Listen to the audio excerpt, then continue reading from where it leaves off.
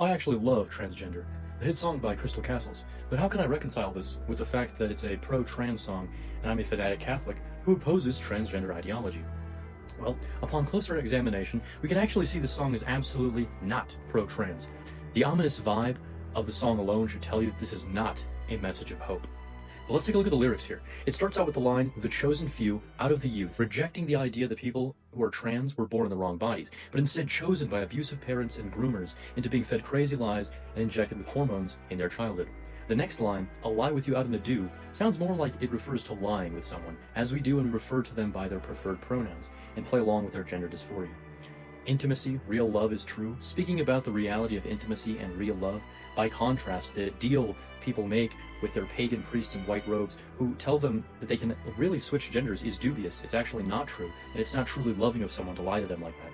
"I love you, is it really you?" The words of a loved one questioning this trans person's new identity or horrific transformation surgery because they have some news for this person.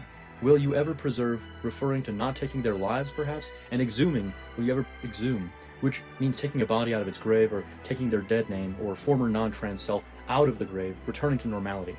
"Will you watch the petals shed from the flowers in bloom," referring to flowers' natural development as a way to say that a trans person's natural biological processes no longer function, possibly alluding to some of the fake periods that some trans people induce on themselves, or even referring to the noosing that they give, that flowers don't shed petals when they bloom unless they're dying. But trans people do often die in their blooming age by their own hand, dying before their time. Nothing can live up to promise. Of course, trans surgeries are expensive and physically and psychologically painful, and despite their great efforts, they do not live up to a trans person's expectations of becoming the opposite genders, leaving many disappointed, depressed, and suicidal.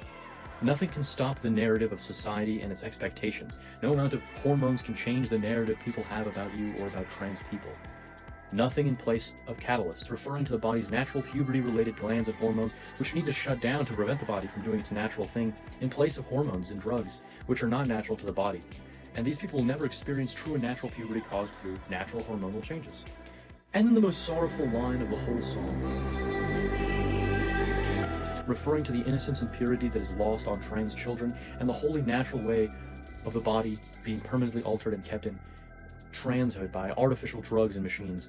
Not to mention, from a Catholic perspective, the person is destroying the body, which is the temple of the Lord, and they've turned away from God and God's design to mutilate themselves permanently. I hope you liked my analysis of this song, and if you did, and you like these kinds of videos, please consider following me and looking out for the release of my upcoming book, Slaying Aphrodite, all about attaining self-mastery and overcoming lust. God bless.